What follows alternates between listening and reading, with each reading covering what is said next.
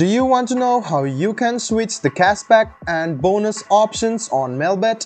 If yes, then this video is specially for you. Hello and welcome to TechTube. It's your host back again with yet another interesting tutorial video. In this video, I'm going to teach you how you can switch the cashback option or bonus option on Melbet.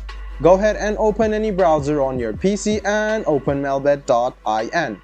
The next step you want to do is log into your account. If you don't have an account yet, you can go to register and register yourself for Melbet.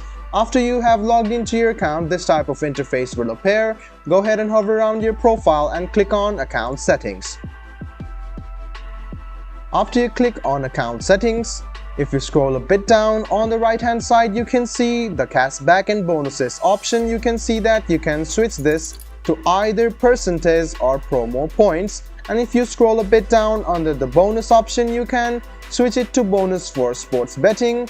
And the second option is casino plus fast games. So you can do this, click OK, and it will be switched. So guys, this is how you switch the cashback and bonus option on Melbet. I hope this video was helpful for you.